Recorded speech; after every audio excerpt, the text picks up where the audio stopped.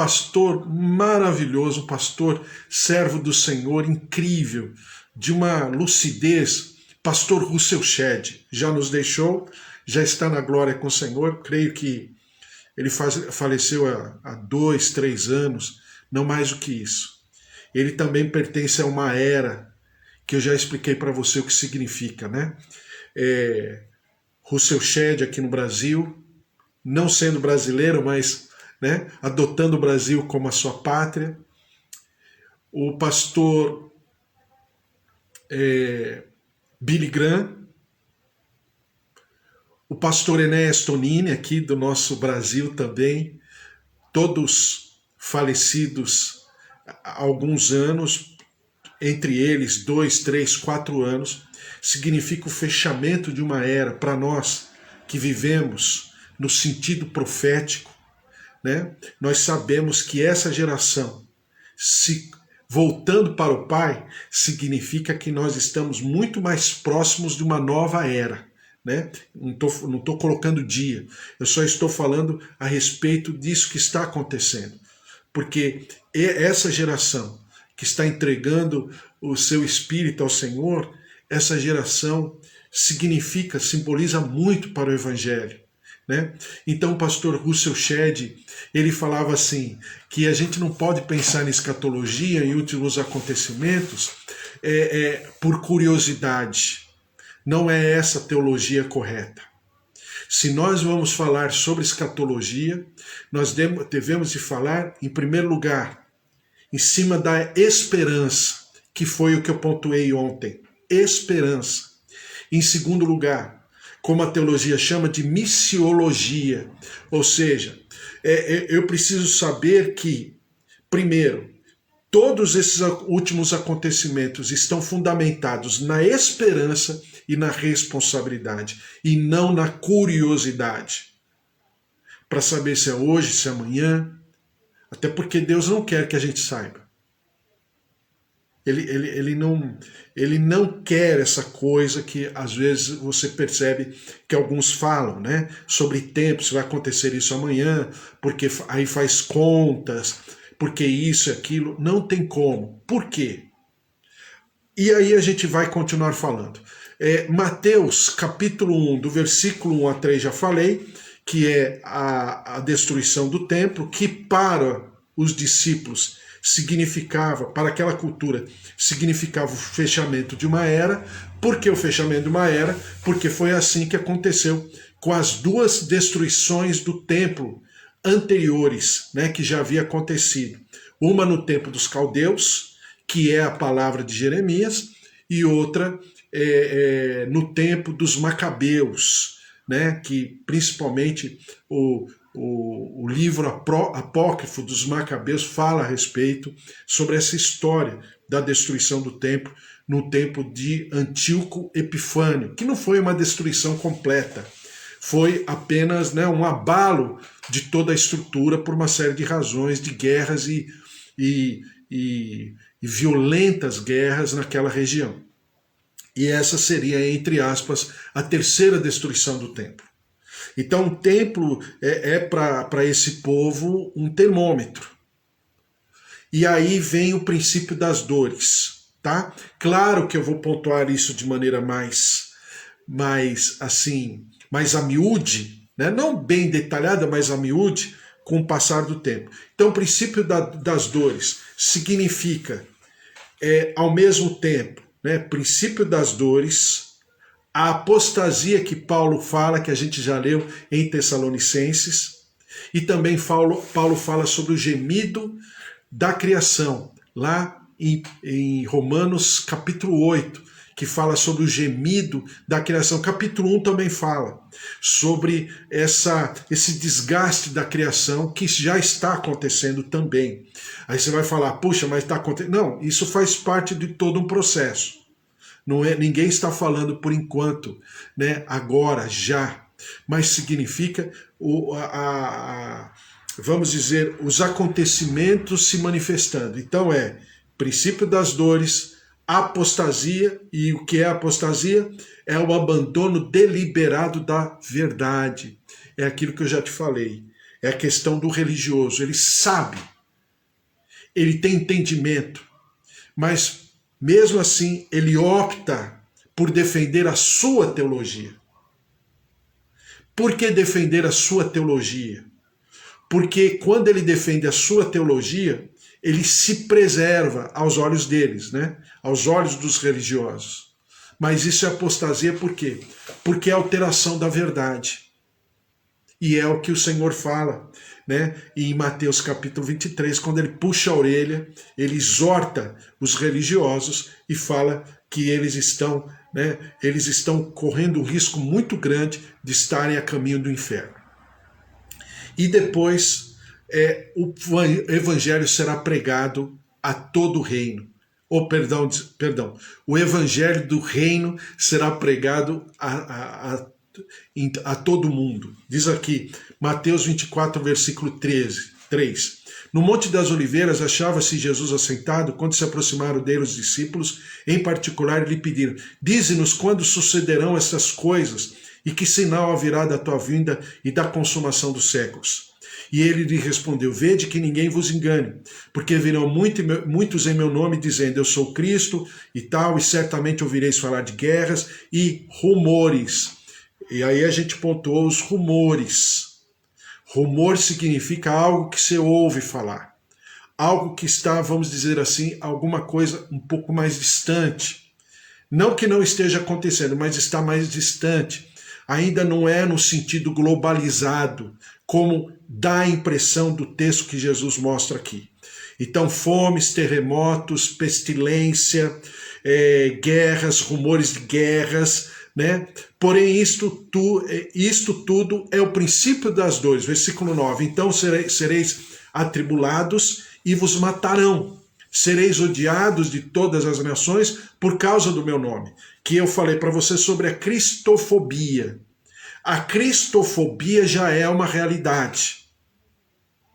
Em muitos países, principalmente os ditos de primeiro mundo, que não é por coincidência, são países que foram formatados na sua origem, quer queiramos ou não, quer eles queiram ou não, foi formatado por sobre a palavra de Deus. Haja vista Inglaterra, todos os países daquela região, do Reino Unido, principalmente esses países, também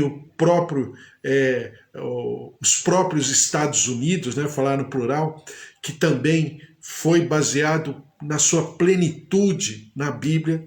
Esses países estão muito distantes hoje em dia daquilo que começaram por sobre o Evangelho, né? Então está havendo o quê? Um desgaste muito grande. E por se multiplicar a iniquidade, o amor se esfriará de quase todos. Aquele, porém, que perseverar até o fim, esse será servo. Então significa, e aqui falando sobre a palavra de Mateus 24, significa que o povo de Deus, Apocalipse chama de santos, né? Que o povo de Deus passará por esse momento.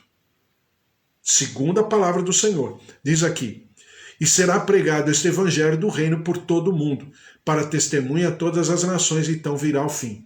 Então vem o quê? Destruição do templo, depois o princípio das dores. Vamos andando.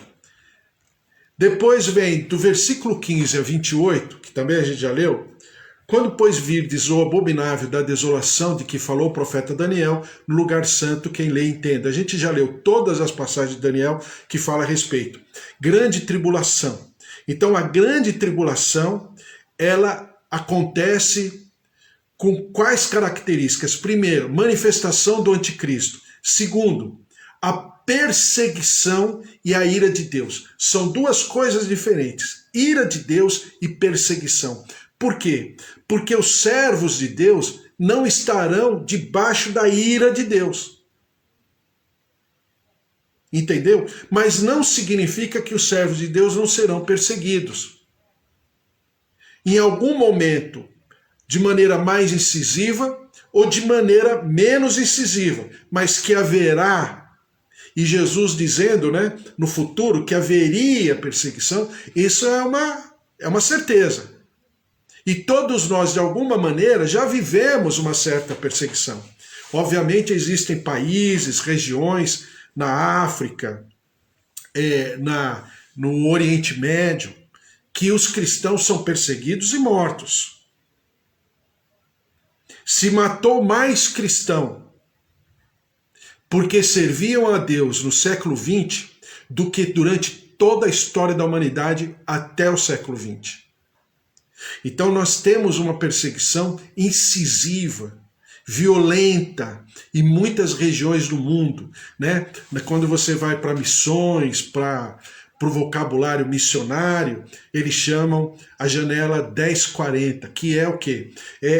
São as regiões que são nebulosas a respeito do evangelho, né? Como Coreia do Norte, que é o principal país de toda esse conceito de missiologia, de trabalho missionário, né? Então a Coreia do Norte, China, algumas regiões da Europa Oriental, algumas regiões do Oriente Médio e algumas regiões do continente africano, tá? Então a ira é diferente, a ira de Deus é diferente de perseguição, não obstante estarem acontecendo praticamente ao mesmo tempo. Então é aquilo que eu falei para você sobre os moradores no Egito, o povo de Deus que morava no Egito. Quando vieram as pragas, ou seja, a ira de Deus contra aquela região, e aí eu falei para você, né, que para aquela geração significa o juízo final, né, com certeza. Então, porque a Bíblia está cheia de juízos finais em algum momento, né? Claro que não é esse último juízo final, mas são vários juízos finais durante a alteração ou a mudança de estação ou de era. Então esse é o momento. Então você percebe que as 10 pragas se derramam sobre o Império Egípcio, mas nenhuma das pragas atinge o povo de Deus. E quando chega na 10ª praga, isso fica muito bem claro por causa da marca do sangue do Cordeiro. Então, ira de Deus não significa perseguição. São duas coisas diferentes. E o povo de Deus não vai passar pela ira de Deus. Não obstante até identificar a ira de Deus, mas não vai passar pela ira de Deus. Mas haverá perseguição também. Eu tenho muitos textos para ler, mas não vai dar tempo. Eu vou para Mateus 24, versículo 15, que eu só estou pontuando isso, depois a gente vai destrinchar.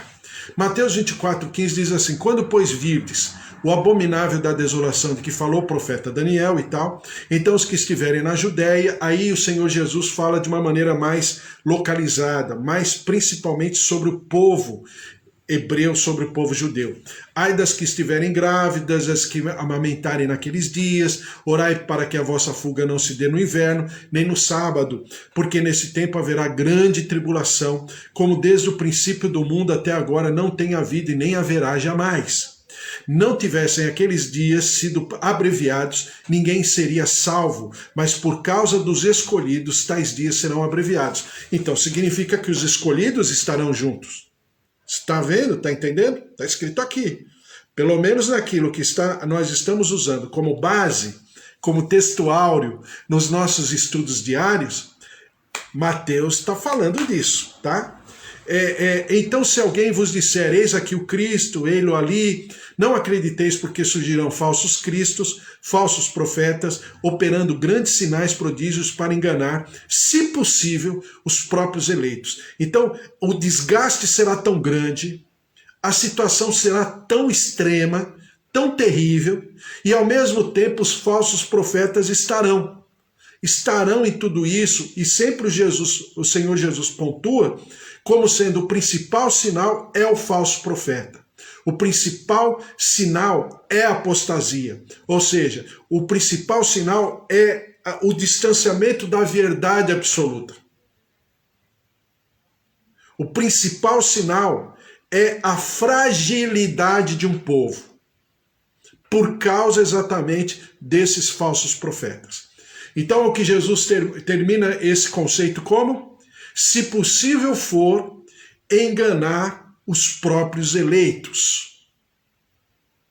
Vede que vos tenho predito. Portanto, se vos disserem, eis que ele está no deserto, não saias, ou ele no interior da casa, não acrediteis, porque assim como o relâmpago sai do oriente e se mostra até o ocidente, assim será a vinda do Filho do Homem. Onde estiver o cadáver, aí se ajuntarão os abutres. Né? Então, o que significa isso? Que a vinda do Filho do Homem será algo audível e algo visível a toda aquela geração que vai estar viva nesse momento, tá? Então, aquela coisa do deixados para trás, que esse filme é um conto, é uma novela, é um romance, né? Mas por causa de uma linha de raciocínio, de uma teologia de uns 300 anos para cá, não tem mais do que isso alterou muito a visão da igreja a respeito da volta do Senhor Jesus. E nessa visão existe um espaço entre a volta do Senhor Jesus, né, e todos os acontecimentos, que é o espaço do arrebatamento. E nessa visão, esse espaço do arrebatamento ele será silencioso, fazendo alusão àquilo que Jesus fala. E a gente vai entrar nesse texto daqui a pouco. Mas fazendo alusão a esse espaço, falando como que, assim, então vai estar todo mundo, como tá no filme, né? Eu gosto muito de filme. Aliás, né, até o filme dos Vingadores, do Stan Lee, né, principalmente os últimos 2 filmes dessa franquia, né, que está os super-heróis ali, e acontece uma série de coisas, acho que chama Vingadores Ultimato, uma coisa assim, ou O Fim do Mundo, uma coisa assim. Por que eu estou falando isso para você? Porque eu gosto. E eu amo de paixão esse cara, Stan Lee, também já nos deixou há 2, 3 anos, creio eu. Mas ele foi um grande escritor de gibis, né? E ele tem Homem-Aranha, Thor, Homem de Ferro e todos os super-heróis aí, uma boa parte deles conhecidos pela maioria do público, principalmente público adolescente, criança e jovem, né? E de todas as outras gerações, por causa dos gibis, conhecem esses super-heróis. Até ele também é um judeu, tá? Ele é um judeu que foi para os Estados Unidos, mas ele é judeu. Então, e ele escreve a respeito também, creio eu, até inspirado pelo Deixados para Trás, sobre uma parte que acontece lá do vilão. Ele adquiriu um poder tão grande que metade da população mundial, ou 1/3 da parte da população mundial, morre, né? Desaparece. Então, essa coisa que a gente assiste nos filmes e ouve muito, vou falar de novo, e ouve muitos pregadores falando a respeito, até o momento, estou sendo bem honesto com você, até o momento não encontrei na Bíblia. Existem textos que parece que falam a respeito, mas quando você vai na forma etimológica, na raiz de todas as coisas, não está escrito. Aí eu falei para você que haja vista o que acontece na própria história, né? Noé, o povo na terra de Gósen em relação ao Egito, e tantas outras passagens e momentos, Esther e Mordecai e o povo naquele momento, que Ramã, né, consegue um decreto dos medos persas para destruir todo o povo judeu. Eram praticamente 3 milhões de pessoas naquela época, entre 3 e 4 milhões de pessoas, que haveria o dizimar de toda uma raça, né, do povo judeu. E você tem depois o momento de Daniel, dos seus 3 amigos, Neemias, Esdras, que também aconteceram perseguições muito grandes e extremas, o tempo que Nabucodonosor vai contra Israel e destrói o templo. Então você tem várias situações que acontece na palavra de Deus, onde o povo de Deus também está. Só que o povo de Deus é livrado. O povo de Deus é protegido de alguma maneira pelo Senhor. É o que está escrito. Aqui também não é diferente.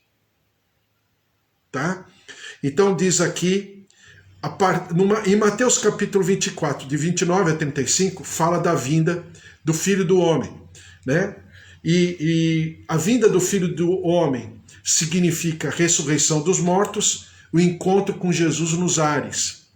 Pelo que a gente lê na palavra aqui, é um acontecimento único, não são dois acontecimentos dentro de um só, mas é único, fazendo alusão a um arrebatamento, né? Primeiro, em dois tempos, primeiro o arrebatamento, depois a volta do Senhor Jesus, tá? Então vamos lá. E o início do reino milenar, e depois novos céus e nova terra. Aí você vai falar, já falou tudo? Falei tudo, mas agora a gente vai pensar nesses dias a respeito de tudo isso. Por que eu estou falando assim? Para não ficar gerando nenhum tipo de sentimento e tal, mas ao mesmo tempo que a gente vai estudando. Até hoje, existem linhas de raciocínio a respeito? Existem. Tem um amigo do pastor Subirá, que ele fala uma coisa muito legal, né? Que já há alguns anos que ele fala isso. Ele fala o seguinte: olha, ficar discutindo essa situação é igual discutir quando a gente vai tomar café com leite, né? Quando a gente vai tomar um café. Tem gente que gosta de primeiro colocar o leite no copo ou na xícara e depois colocar o café. Então esse é o pré-lácteo, quer dizer, né? Primeiro vem o leite. O segundo é aquele que coloca o café e o leite ao mesmo tempo, né? Que seria o interlácteo, sei lá, alguma coisa próxima disso, né? Ou mesolácteo, né? Quer dizer, coloca todo mundo junto. Agora tem aqueles que colocam o café primeiro e depois colocam o leite. Esse é o pós-lácteo. Agora, de uma maneira muito sábia, esse pastor diz o seguinte: é café com leite do mesmo jeito. Um dia todo mundo vai tomar esse café, seja o leite primeiro ou o café em segundo, ou seja os dois juntos, ou seja, primeiro o café, depois o leite, mas o que interessa é o que é café com leite, e que o seu sabor é o mesmo. Então, o que fica bem claro é que nós, na palavra do Senhor, o Senhor se preocupa com a nossa esperança, qual o nível, o termômetro da nossa esperança, e qual a consciência da nossa responsabilidade. Isso fica muito bem claro. Então, tudo que nós falaremos a respeito disso é exatamente sobre responsabilidade e sobre esperança, tá? Por quê? Porque o Senhor, e eu vou terminar lendo aqui, né? Mateus 24, eu não vou ler todos os textos, não dá tempo, mas a palavra do Senhor em Mateus 24 diz assim, versículo 35, passará o céu e a terra, porém as minhas palavras não passarão. Mas a respeito daquele dia e hora ninguém sabe, nem os anjos dos céus, nem o Filho, senão o Pai. Aqui ainda o Senhor Jesus está na condição humana. Ele não é, ainda que ele seja, ele não está segundo a pessoa da Trindade, ele está humanamente falando. Então nesse momento nem ele sabia. Nesse momento, numa condição enquanto humano, somente humano, tá? Versículo 42, porquanto vigiai, porque não sabeis em que dia vem o vosso Senhor. Versículo 44, de tudo isso de Mateus 24, por isso ficai também vós apercebidos, porque a hora em que não cuidais, o Filho do Homem virá. Tá? Versículo 13 do capítulo 25, que a gente ainda vai passar, mas só para falar isso. Vigiai, pois, porque não sabeis o dia nem a hora. E aquilo que eu já falei em Atos, capítulo 1, que eu li agora há pouco, diz aqui, versículo 7, não vos compete conhecer tempos ou épocas que o Pai reservou pela sua exclusiva autoridade. E ainda, né, no livro da carta de Pedro, 2 Pedro 3,12. O tempo vai embora, né? 2 Pedro 3,12. Diz assim: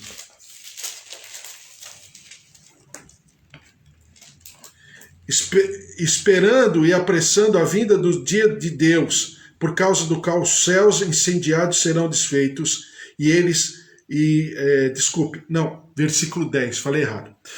2 Pedro, capítulo 3, versículo 10. Virá, entretanto, como ladrão o dia do Senhor, no qual os céus passarão com estrepitoso estrondo, e os elementos se desfarão abrasados. Também a terra e as obras que nela existem serão atingidas. Visto que todas essas coisas hão de ser assim, desfeitas, deveis ser tais como os que vivem em santo procedimento e piedade.